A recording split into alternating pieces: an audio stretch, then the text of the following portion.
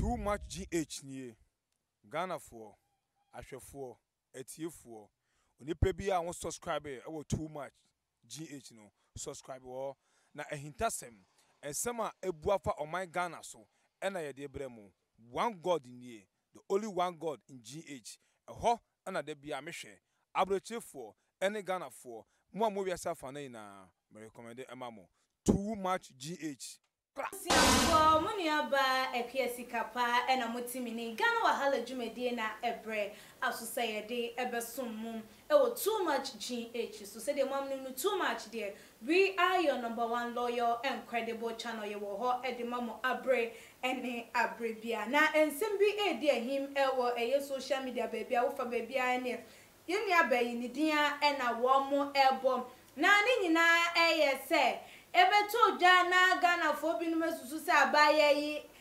wonyem wode ne hu sie wawo ni nyina mu abaye yi babonti ebebedi na nene dey wo kwa wono a na hype no mumaye monra ensem no emu. Delay confirms childbirth by posting photos of baby Pam and handsome child. We ene eye ensem a ababeto abonti Ghana fo etwe no srem ene abasa na ne nyina eye sem eye TV personality Dolores Frimpong Manson adodo na nim ne say delay no emre bia etwemu no Ghana fo esusu se na abaya nenyem echire yi na afei abaya no wo dress wo posti nyoma no wo yesi eno ma wo madwemba so say oh ebia na wawo of course ni poster wodi etu eja ene ensem a wo tro ne captions aya wodi etutu asem echese bia wanya odofo bi a waye de wahye ne nyinsen na afei nu nso so eba etimi apiemu na akwakoye ne gisema de ama fancy ma nkofo ko ni page ekoko busebusa no unanim sa abaye nso sa ahomaso ahantan kasa no ewo no so wo ye ya wo be tutu ama wo ye kan so ye plem obi ye plem bia no so ye hu ne say wo mu ade na asem ahomaso obi sa enti wo kokko nkofo busebusa ne sa ensem no yi wo ma no fine ene wo be twabo say enti wo no want me living a life said your plan and no want me posting your ma wo pe e wo ni page so wo no ade ni din a creating account na wo koso okoko posting na de na eno so akwakoye asem na wo bia e kan aden want me nya de wo pa na enti munya no na wonye ne wo pe ene we ba na wo ato ama no we ba na wato we ba na wakan na we kan adwe na we akan adwe ni nyina mu no abaya na ye na adwe so wo be hye no ho so wo be kan na no ato wo be ye ni bibia magana fo hu no se akwada bia eni ho ebe bia eni ho anase nyinsem bia empie ye nanso ene de ye da sore ya delay ena aposti ye baby Pam say kan baby Pam asema amunim ye se wo bia wanyem na wakwakotwa photoshoot wakoye photoshoot no de ababetu social media eno ho asem ena ye kan ye nua bai de ababetu ho na ebiem nso so akwada ajesa utumu so akoyi hu efe ye wo na nkasa we wuni yenim say ye chim no say ye pai no say ye ne den o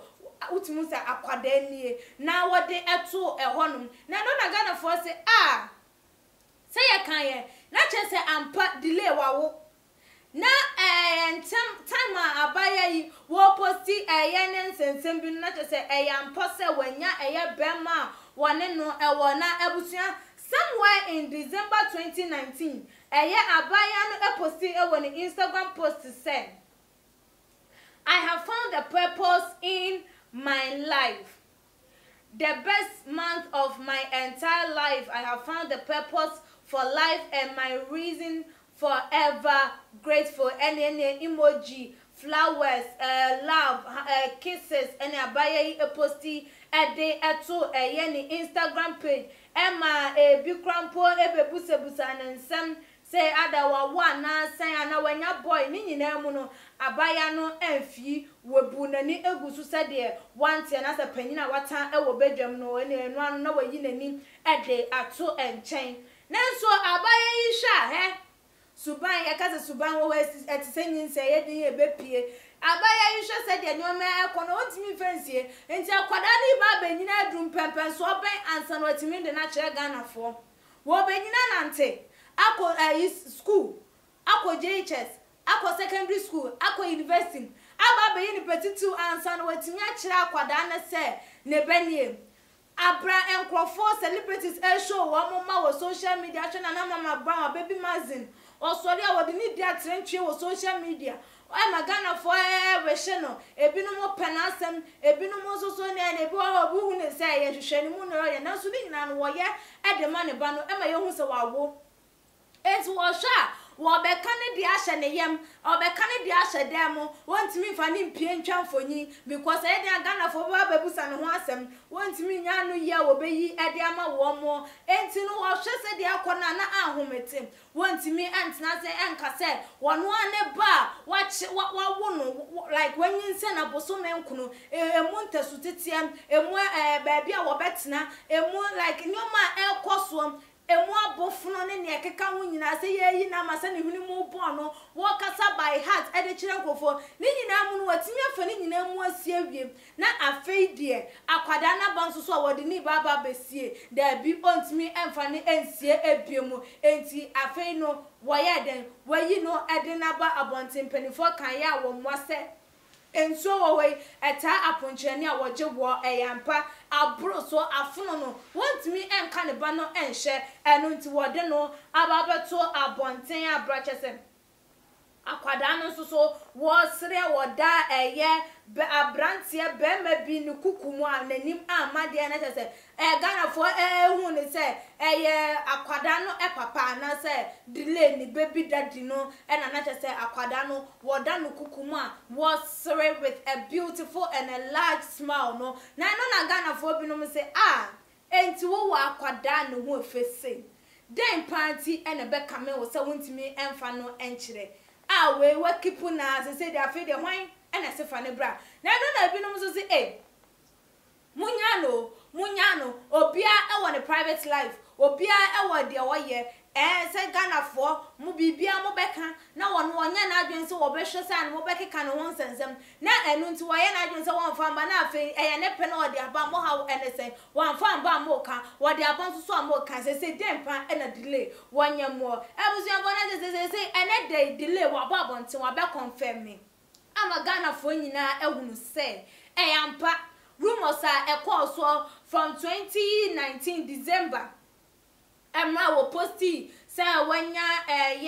the purpose of her life, the reason and tia enuntia be man asere ewa abrabom the best month na who ne say that month was the best month and who gene ho a enje now what can say he or she is forever grateful to Lord no and that day waba ababa be chirim na nchiremu no ene eye ni baby pamper wodi etu eja na afi ebiemu nso ode eye a handsome guy awoda eye brantie so bosi wo sita wo si brane ne kukum wodi no etu eja ma Ghana fo hu se eyampa rumors ana ensema ekoso dia motete ye ni nyina no eye no kre na ebre asom se afei ena mede eye me ba no eche because wo hwekra na dia bari wono wa enso wo ba wo bia ne ba nani mo mfa nchente ne de eye delay de ono do wa ba bonten wo de ne de atrem na wo de akyere wie mo man kotie adwenche no bi